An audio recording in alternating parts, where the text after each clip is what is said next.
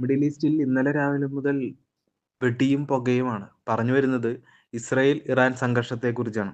വെള്ളിയാഴ്ച രാവിലെയോടെ Israel operation rising lion ഇറാന്റെ തലസ്ഥാനമായ ടെഹ്റാനിലേക്ക് അവിടുത്തെ പട്ടാള മേധാവികളുടെയും ന്യൂക്ലിയർ സയന്റിസ്റ്റുകളുടെയും ഒപ്പം സൈനിക ന്യൂക്ലിയർ മേഖലകളിലേക്കും നേരെ വ്യോമാക്രമണം അഴിച്ചുവിട്ടു. അന്ന് രാവിലെ തന്നെ ഇറാൻ ഇസ്രായേലിലേക്ക് നേരെ നൂറുകണക്കിന് ഡ്രോണുകളാണ് രാവിലെ തന്നെ വിട്ടതെങ്കിലും ഇസ്രായേൽ ശക്തമായി പ്രതിരോധിച്ചു. അമേരിക്ക ഇറാനെ ആക്രമിച്ചത് മുൻകൂട്ടി അറിഞ്ഞുവെങ്കിലും അതിക്ക് പങ്കില്ലെന്ന് പറഞ്ഞ് ഒഴിയുകയാണ് ചെയ്തത്. പിന്നീട് ഇസ്രായേൽ അമേരിക്കയുടെ ഏറ്റവും അടുത്ത സഖ്യകക്ഷിയാണെന്ന് പറയുകയും അമേരിക്ക ഇസ്രായേലിനൊപ്പമുണ്ടെന്നും പറഞ്ഞിരിക്കുന്നു. ഇറാന്റെ ആദ്യത്തെ ഡ്രോൺ ആക്രമണത്തിന് ഇസ്രായേലിന്റെ പ്രതിരോധത്തിന് ശേഷം ഇസ്രായേലിന്റെ തലസ്ഥാനമായ ടെല്ലവീവിലേക്ക് പിന്നെ കണ്ടത് ഇറാന്റെ തിരിച്ചടി. ടെല്ലവീവിലേക്ക് തീമാരി പെയ്യുന്നതാണ്. ഇസ്രായേലിന് പ്രതിരോധിക്കാനേ കഴിഞ്ഞില്ല. ന്യൂക്ലിയർ വെപ്പൺ വികസിപ്പിക്കുന്ന ശ്രമത്തിൽ നിന്നും പിന്മാറണമെന്ന ചർച്ചയ്ക്കൊടുവിലാണ് ട്രംപും ഇറാൻ നേതാവായ അയത്തുള്ളയുടെയും ചർച്ചകൾ ഫലം കാണാതെ പോവുകയും international atomic energy agency report പ്രകാരം ഇറാനും ഏജൻസിയും തമ്മിലുള്ള കരാർ നിയമങ്ങൾ ലംഘിക്കപ്പെട്ടതാണ് ഇസ്രായേൽ ഇറാനുമേലുള്ള വ്യോമാക്രമണത്തിന് കാരണമായത്. അതായത് ഇറാൻ ആണവ പദ്ധതികൾ സംബന്ധിച്ച വിവരങ്ങൾ മറച്ചുവെച്ചതും അന്താരാഷ്ട്ര പരിശോധനയ്ക്ക് സഹകരിക്കാത്തതും അന്താരാഷ്ട്ര നിയമങ്ങൾക്ക് വിധേയമല്ലാത്ത രീതിയിൽ ഉയർന്ന യുറാനിയം സംഭരണം സംരക്ഷിക്കുന്നതും എന്നിവ കാരണം NPT അതായത് നോൺ പ്രൊലൈഫറേഷൻ ട്രീറ്റി എന്നുവെച്ചാൽ യുറാനിയത്തിന്റെ സ്റ്റോക്ക് നിയമവിരുദ്ധമായി ഉയർത്തുന്നതിനെയാണ് NPT എന്ന് പറയുന്നത്. എന്നാൽ ഇറാൻ ഈ ആരോപണം തള്ളിക്കളഞ്ഞു. ഈ സാഹചര്യത്തിൽ ക്രൂഡ് ഓയിലിന്റെ വില കുത്തനെ കയറ്റവും സ്റ്റോക്ക് മാർക്കറ്റ് ഇടിവുമാണ് കാണിക്കുന്നത്. ഇറാൻ ഇസ്രായേൽ വ്യോമപാതകൾ അടച്ചിരിക്കുന്നു. ഇന്ത്യ പാകിസ്ഥാൻ സംഘർഷത്തോടെ പാകിസ്ഥാന്റെ വ്യോമഗതാഗതം അടച്ചിരിക്കുന്ന നിലയിലാണ്.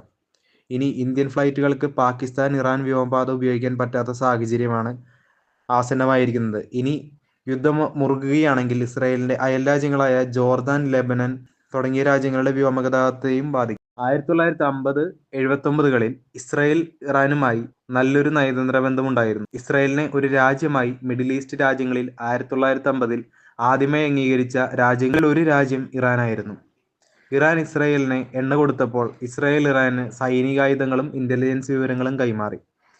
ഇത്തരമൊരു ഇസ്രായേൽ ഇറാൻ ബന്ധം ഡോക്ട്രിൻ ഓഫ് പെരിഫറി അറബല്ലാത്ത രാജ്യങ്ങളുമായി സഖ്യങ്ങൾ സ്ഥാപിക്കുന്നതിന്റെ ഭാഗമായിരുന്നു.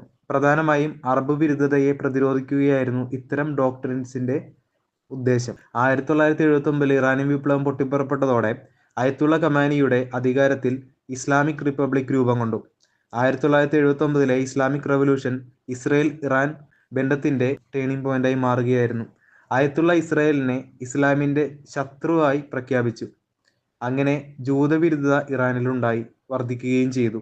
ഇസ്രായേലുമായുള്ള എല്ലാ പഴയ കരാറുകളും ബന്ധങ്ങളും ഇറാൻ അവസാനിപ്പിച്ചു.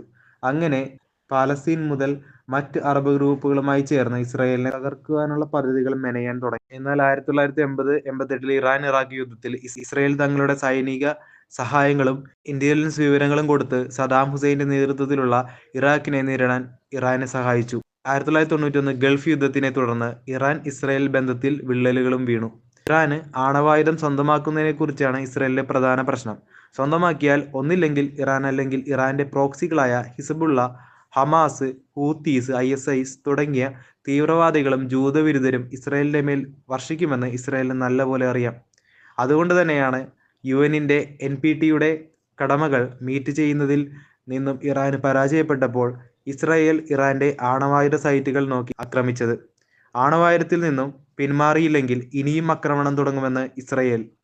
എന്നാൽ UN-ന്റെ IAEA international atomic energy agency chief Rafale Grossi പറയുന്നത് ഇറാന്റെ ആണവായുധ മേഖലയായ നട്ടാൻസിൽ ഇസ്രായേൽ ആക്രമണത്തിന് ശേഷം ആണവ വികിരണ ചോർച്ചയുണ്ടെന്നും ഇസ്രായേൽ തകർത്തത് ഫെസിലിറ്റിയുടെ മുകൾ ഭാഗമാണെന്നും താഴെയാണ് യുറാനിയം സമ്പുഷ്ടീകരണം നടത്തുന്നത്, നശിക്കപ്പെട്ടിട്ടില്ല എന്നും സൂചിപ്പിക്കുന്നു.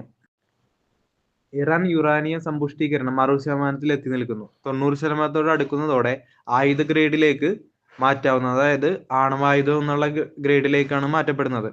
എന്നാൽ ഇറാന്റെ മറ്റൊരു ആണവായുധ മേഖലയാണ് ഫോർദോ.